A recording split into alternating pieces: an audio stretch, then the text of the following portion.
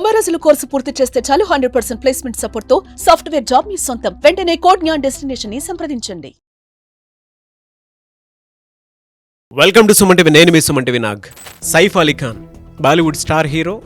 అతనికి సంబంధించినటువంటి న్యూస్ ఎప్పుడైతే బయటికి రావడం జరిగిందో, అంటే ఒక అగంతకుడు దాడి చేశాడు అని చెప్పేసి మాట్లాడుకుంటూ ఉన్నాం కదా, దానికి సంబంధించినటువంటి న్యూస్ గత కొద్ది రోజుల నుంచే. అయితే ఇవాళ దానికి తెరపడింది అని చెప్పేసి చెప్పడంలో ఏమాత్రం సందేహం లేదు. ఎందుకంటే ఆ అగంతకుడు ఎవరు, ఏం జరిగింది, అండ్ దీనికి సంబంధించినటువంటి వాటిల్లో ఆ ఫ్యామిలీ ఇష్యూకి సంబంధించింది కొన్ని విషయాలు బయటికి రాకుండా కూడా ఆ విధంగానే మిగిలిపోయి ఉన్నాయి అనమాట. అయితే వాటికి సంబంధించినటువంటి పూర్తి డీటెయిల్ ఏంటి, అండ్ అతను ఏ విధంగా పట్టుబడ్డాడు, అట్ ద సేమ్ టైం ఆ డీటెయిల్స్ని ఏ విధంగా వివరించారు, సో దాన్ని ఏ విధంగా ఛేదించారు అనేది ఈరోజు మనతో పాటు హైకోర్టు అడ్వకేట్ అలగర్ రవీంద్రనాథ్ గారు ఉన్నారు. అది వారి మాటలోనే తెలుసుకుందాం. Hello sir.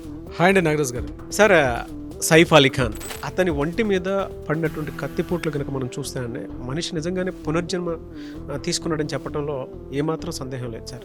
అయితే ఒక స్టార్ హీరోకి ఇలా జరగటం అనేది, అది కూడా బాంద్రాలో, ముంబైలో ఉండేటువంటి స్టార్స్ ఉండేటువంటి ఏరియాలోనే ఆ సెక్యూరిటీ లేదు అనేటువంటి విషయం తెలియగానే ప్రతి ఒక్కరికి భయాందోళన కలుగుతుంది. అరే, అంత పెద్ద ఫినాన్షియల్ సిటీలో ఇలాంటిది ఒకటి జరుగుతుంది అనుకుంటే చాలామందికి ఆశ్చర్యానికి గురి చేసింది. మళ్ళీ దాన్ని ఛేదించడం ఒకటి, అంటే టైం తీసుకున్నారు, వాటికి అది బయటకు వచ్చింది. కానీ సో వీటికి సంబంధించినటువంటి అప్డేట్స్ కోసం రెగ్యులర్గా ఎక్కువ మంది అడుగుతూ ఉన్నారు. ఎవరు ఆగంతకుడు, దేనికి సంబంధించింది, ఎందుకు అలా చేయటం జరిగింది? గురువారం ఉదయం ఈ సంఘటన జరిగిన తర్వాత, సైఫ్ అలీ ఖాన్ గారి మీద అటాక్ జరిగిన తర్వాత పోలీసులు ఈ అటాక్ని ఛేదించే పనిలో తీవ్రంగా కృషి చేశారు. ముఖ్యంగా దయానాయక్ ఆధ్వర్యంలో జరిగినటువంటి మొత్తం ఒక 70 టీంలు, ముందుగా 7 టీంలు అనుకున్నారు, 10 టీములు చేశారు, 35 టీంలు అయినాయి, తర్వాత 50 టీములు చేశారు. 70 టీంలు ఎంటైర్ ముంబై నగరంతో సహా మహారాష్ట్ర నుంచి సరౌండింగ్ బార్డర్ స్టేట్స్తో కలిపి పూర్తిగా జల్లెడ పెట్టడం మొదలుపెట్టారు. అణువణువును కూడా నిశితంగా పూర్తిగా, అంటే ఒక సముద్ర అంతర్భాగంలో రత్నాలు ఎలా అయితే వెలికితీస్తామో ఆ రత్నంగా అదేవిధంగా ఒక ఈ దొంగనే పట్టుకునే ఉద్దేశం. ఎందుకంటే మీడియాలో క్షణక్షణానికి వస్తున్న స్పెక్యులేషన్స్ అది పూర్తిగా వాళ్ళ పర్సనల్ లైఫ్లో కూడా తొంగి చూసి వాళ్ళ యొక్క, ముఖ్యంగా సైఫ్ అలీ ఖాన్ గారి కుటుంబీకులు ఆయన యొక్క జీవితం మీద కూడా రకరకాల కథనాలు వినిపిస్తున్న నేపథ్యంలో పోలీసుల మీద మాత్రం తీవ్ర ఒత్తిడి అయితే మాత్రం ఎదుర్కొన్నారు. 3 రోజుల పాటు బహుశా కంటికి నిద్ర లేకుండా చేసినటువంటి పోలీసులకైతే ముందుగా హ్యాట్స్ ఆఫ్ చెప్పాలి. నిన్న సాయంత్రం 7:10 ఆ సమయంలో ఒక నిందితుడిని పట్టుకోగలిగారు. అయితే ఈ 3 రోజుల్లో కూడా ఒక ముగ్గురిని పట్టుకున్నారు. చివరికి అతనే నిందితుడు అని చెప్పి అతని గురించి ఇంట్రాగేషన్ చేసిన తర్వాత ఇతడు కాదని చెప్పి మళ్ళీ అతన్ని బయటకు పంపించేశారు. కానీ నిన్న సాయంత్రం ఒక నిందితుడిని అయితే మొత్తానికి పట్టుకున్నారు. అతన్ని పట్టుకొని ఏదైతే అతను ఇంట్రాగేట్ చేసినప్పుడు అతను పూర్తిగా నిజాలకు ఎక్కించాడు. ఇది ఒక ఆశాహ పరిణామం. అంటే పోలీసులకు మొత్తానికి ఒక వెతుకులు అడిగి తెరపడింది అని చెప్పవచ్చు. అయితే ఈ వ్యక్తి ఎవరు, ఇతను ఎక్కడి వాడు, దీని మీద పోలీసులు ఇచ్చేటువంటి నివేదికలు ఏవైతే ఉన్నాయో, పోలీసులు చెప్పే ఇన్ఫర్మేషన్ నేను మీతో షేర్ చేసుకునే ప్రయత్నం చేస్తాను నాగరాజ్ గారు. ప్రధానంగా ఈ వ్యక్తి పేరు మహమ్మద్ ఇమామ్ ఇష్రల్ షాజిద్ అని ఒక విషయం చెప్తున్నారు. అతనే ఉరఫ్ విజయదాస్ అతని పేరు. ఇతను బంగ్లాదేశీయుడు, ఇతను ఇండియన్ కాదు. ఆయన దగ్గర భారతదేశ పౌరసత్వానికి సంబంధించినటువంటి ఎటువంటి ఎవిడెన్స్లు కూడా ఆయన దగ్గర లేవు. ఒక ఆధార్ కార్డు కానీ, ఇండియాకి సంబంధించిన వ్యక్తి కాదు. బంగ్లాదేశ్ నుంచి చొరబాటుదారుడిగా కలకత్తాలో ప్రవేశించి ముఖ్యంగా వెస్ట్ బెంగాల్లో కొద్ది రోజుల పాటు ఉండి రీసెంట్గా ఒక 5 to 6 months బ్యాక్ ఈ ప్రాంతానికి రావడం జరిగింది అని పోలీసులు చెప్పడం జరుగుతుంది. అయితే అతన్ని పూర్తిగా ఇంట్రాగేషన్ చేసినప్పుడు అతను చెప్పిన విషయాలు అయితే మాత్రం కొంత ఇంట్రెస్టింగ్గా ఉన్నాయి నాగరాజ్ గారు. ప్రధానంగా సంఘటన జరిగిన తర్వాత 1:33 అతను అదే బిల్డింగ్లో ఉన్నటువంటి ఆ బిల్డింగ్లో పైకి వెళ్ళినటువంటి సీసీ ఫుటేజ్ చూసాం. తర్వాత 2:33 కిందికి రావడం జరిగింది. ఈ గంట వ్యవధిలో సైఫ్ అలీ ఖాన్ గారి మీద పూర్తిగా దాడి చేశారు.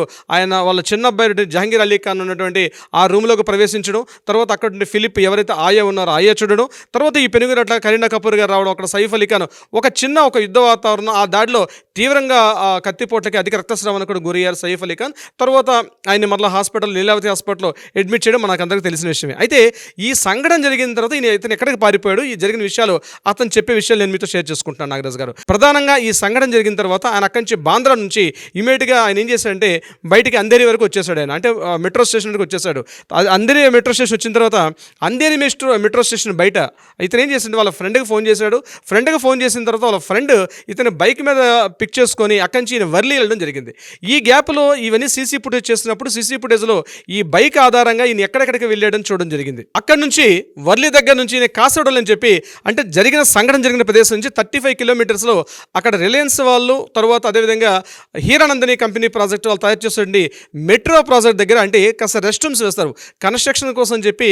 అక్కడ టెంపరీ హౌసెస్ ఉంటాయి. అక్కడ లేబర్ రూమ్లో ఇతను పూర్తిగా దాక్కున్నాడు. అయితే ఈ మీడియాలో వస్తున్న కథనాలన్నీ చూసి అంటే ఈ కాసరవల్లి ప్రాంతం ఎలా ఉంటుందంటే మడా ఫారెస్ట్గా దగ్గరగా ఉంటుంది. అంటే రిలయన్స్ వాళ్ళు వేసినటువంటి రెస్ట్ రూమ్స్ అక్కడ మెట్రో వర్క్స్ అవుతున్నాయి. అక్కడ లేబర్ హౌస్ రూమ్లు వెనకంతా కూడా మడా హౌస్ ఉంటాయి. ఇతను ఏం చేసిన డైరెక్ట్గా వాళ్ళ ఫ్రెండ్ అక్కడ ఉన్నాడని చెప్పి అక్కడ నుంచి డైరెక్ట్గా ఆ ప్రాంతానికి వెళ్తే పట్టుకుంటారని చెప్పి ఆ ముందు రోజు రాత్రి గురువారం రాత్రి కంప్లీట్గా మడా ఫారెస్ట్లోకి వెళ్ళిపోయి ఆ మడా ఫారెస్ట్లో పడుకున్నాడు ఆయన. తర్వాత ఉదయం మళ్ళీ ఫ్రైడే మార్నింగ్లో చూసేసరికి కూడా రకరకాలుగా ఆయన ఫోటో ఇమేజెస్ అంతా కూడా తీవ్రంగా గాలింపు చర్యలు చేస్తుందని చెప్పి ఈయన కొంత భయభ్రాంతులకు గురై కంప్లీట్గా తన మొబైల్ ఫోన్ స్విచ్ ఆఫ్ చేసేసుకున్నాడు. తర్వాత సాటర్డే కూడా అక్కడే ఉన్నాడు. అయితే ఈయన ఇక్కడ ఉన్న విషయాన్ని ఎలా పసిగట్టారంటే ఎప్పుడైతే వర్లీ స్టేషన్ బయటకు వచ్చి మోటార్ బైక్ మీద ఉన్నటువంటి ఆ నెంబర్ ఉన్నటువంటి వెహికల్ను ఎవరైతే డ్రైవ్ చేస్తారో ఆ పర్సన్ని పట్టుకొని అతన్ని కాస్త పోలీసుల యొక్క లెవెల్లో వాళ్ళ ట్రీట్మెంట్ వాళ్ళు ఇచ్చిన తర్వాత అతను ఈ పర్సన్ని ఎక్కడ డ్రాప్ చేశాడని అయితే చెప్పడం జరిగింది. అతను ఇచ్చినటువంటి ఆనవాళ్ళ ప్రకారం పోలీసులు కంప్లీట్గా ఈ కాసరవల్లి ప్రాంతానికి వెళ్ళడం, అక్కడ నుంచి ఉన్నటువంటి మడా ఫారెస్ట్లో నిర్దిష్టుంటే అతన్ని లేపి అతన్ని అరెస్ట్ చేసి అక్కడి నుంచి పట్టుకొచ్చారు. ఈ ఏదైతే నేను చెప్పానో 70 మంది ప్రత్యేక పోలీసు బలగాలని చెప్పారో అందులో 9వ యూనిట్ అంటే 9వ పోలీసు బృందం అనేది దీన్ని పట్టుకోవడం జరిగింది. వాళ్ళకు కూడా అభినందనలు కూడా తెలుపుతున్నారు. అయితే ఇదంతా ఒక వ్యవహారం అయితే అసలు ఈ వ్యక్తి ఎవరు, ఎందుకు భారతదేశంలోకి వచ్చాడు, అసలు ఉద్దేశం ఏంటని చెప్పినప్పుడు పోలీసులు మనకి మార్నింగ్ ఈరోజు 11 o'clock ఇచ్చిన ప్రెస్ మీట్లో వాళ్ళు చెప్పడంటే అతను కేవలం ఒక రాబరీ చేయడానికి, ఒక దొంగతనం చేయడానికి మాత్రమే వచ్చాడు.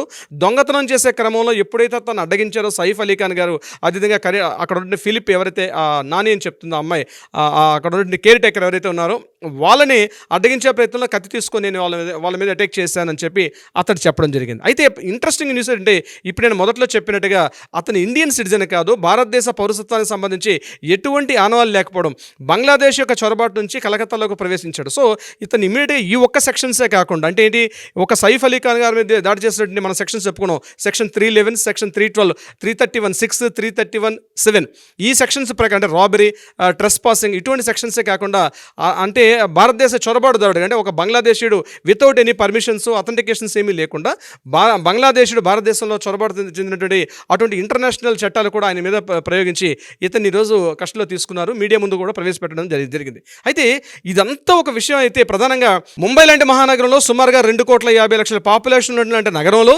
ఇంతమందిని విడిచిపెట్టి సైఫ్ అలీని ఎందుకు టార్గెట్ చేశారు వస్తుంది.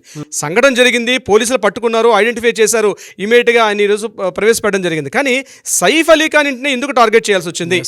మనకి నిన్న జరిగిన స్పెక్యులేషన్లో షారుఖ్ ఖాన్ గారి ఇంటి మీద కూడా అటాక్ ట్రై చేశారని చెప్పి, కానీ అక్కడ రెక్కి నిర్వహించినప్పుడు అక్కడ ఉన్నటువంటి ఆయన భద్రతా దళాలు, ఆయనకు ఉన్నటువంటి ఆ సెక్యూరిటీ సిబ్బంది వల్ల సాధ్యపడలేదు షారుఖ్ ఖాన్ గారి మీద, అందుకని సైఫ్ అలీ ఖాన్ గారి మీద రావడం జరిగిందని చెప్తున్నారు. అయితే ఇతను మారు పేర్లతో తిరుగుతున్నాడు, విజయ్ దాస్ అని, బిజయ్ దాస్ అని చెప్పి ఈ 2-3 పేర్లతోటి భారతదేశంలో చాలా మంది తిరుగుతున్నారని చెప్తున్నారు పోలీసులు. కానీ సైఫ్ అలీ ఖాన్ గారి ఇంటి మీద ఎందుకు దాడి చేశాడు అన్నది పోలీసులు నెక్స్ట్ చెప్పే ప్రయత్నం చేస్తారని నేనైతే అనుకుంటున్నాను. అది కీలకమైన ప్రశ్న. ఎందుకు అతని మీద దాడి చేశారు? దట్టు ఎవరైనా ఒక దొంగ ప్రవేశించి చేయాలంటే ఫస్ట్ ఫ్లోర్, సెకండ్ ఫ్లోర్ అని చేస్తారు. అట్లాంటిది 11th ఫ్లోర్లోకి వెళ్ళి ఎందుకు చేశారన్నప్పుడు అయితే దీని మీద పోలీసులు కొంత వివరణ ఇచ్చే ప్రయత్నం చేశారు మీడియా ప్రతినిధులు అడిగిన ప్రశ్నకి.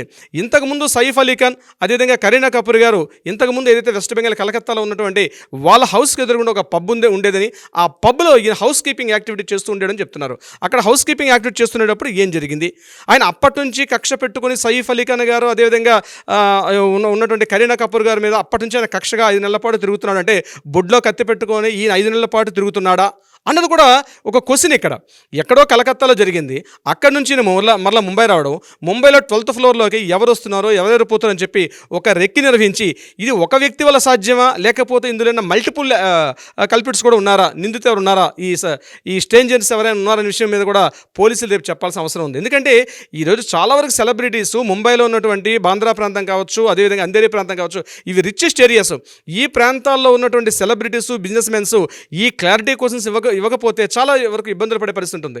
నిందితుడిని పట్టుకున్నారు, చూపించారు, ఓకే దీనికి ఇక్కడ తెరదించేసాం కాబట్టి ఇక పోలీస్ స్టేషన్లో పెట్టి ఇంకా ఆయన మీద ఆయన ఛార్జ్ షీట్ ఫైల్ చేయడం ఈ యాక్టివిటీ కాదు.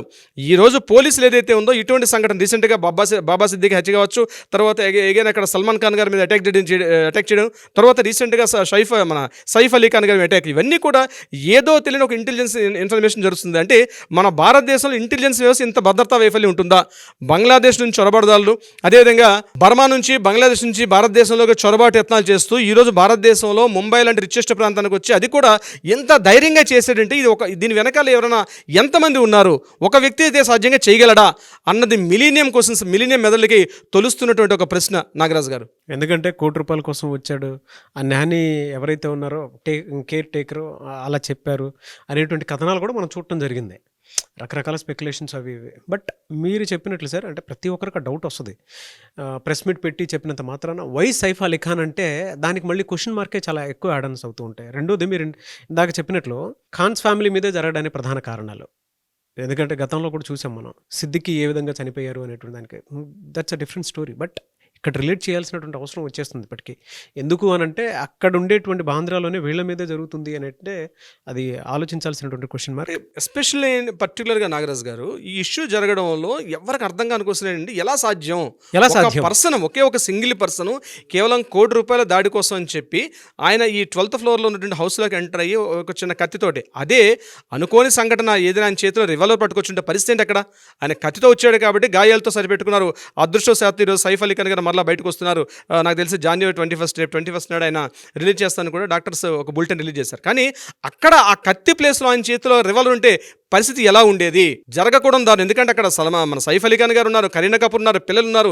ఏదైనా దారుణం జరిగితే మన వ్యవస్థలు, మన భద్రతా వైఫల్యం కొట్టొచ్చినట్టు కనిపించేటట్టుగా కనిపిస్తోంది. ఇప్పటికైనా దీనికి భారతదేశంలో ఉన్నటువంటి ఏదైతే ముఖ్యంగా ముంబై కావచ్చు, హైదరాబాద్ కావచ్చు, ఇట్లాంటి ప్రధాన నగరాల్లో ఉన్నటువంటి వ్యవస్థల మీద ఇంటెలిజెన్స్, ముఖ్యంగా ఒకటి అప్రిషియేట్ చేయాల్సిన ఇంటెలిజెన్స్ వ్యవస్థ మాత్రం అద్భుతంగా పనిచేస్తుంది సార్.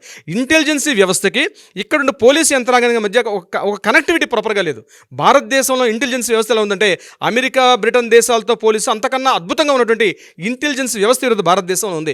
సో ఇక్కడ ఆ ఇంటెలిజెన్స్ ఇచ్చే రిపోర్ట్స్ని కానీ కరెక్ట్గా అర్థం చేసుకోగలిగితే డెఫినెట్గా ఇట్లాంటి సంఘటనలు పునరావృతం కాకుండా ముందుకు వెళ్ళే అవకాశం ఉంటుంది నాగరాజు గారు. డెఫినెట్గా.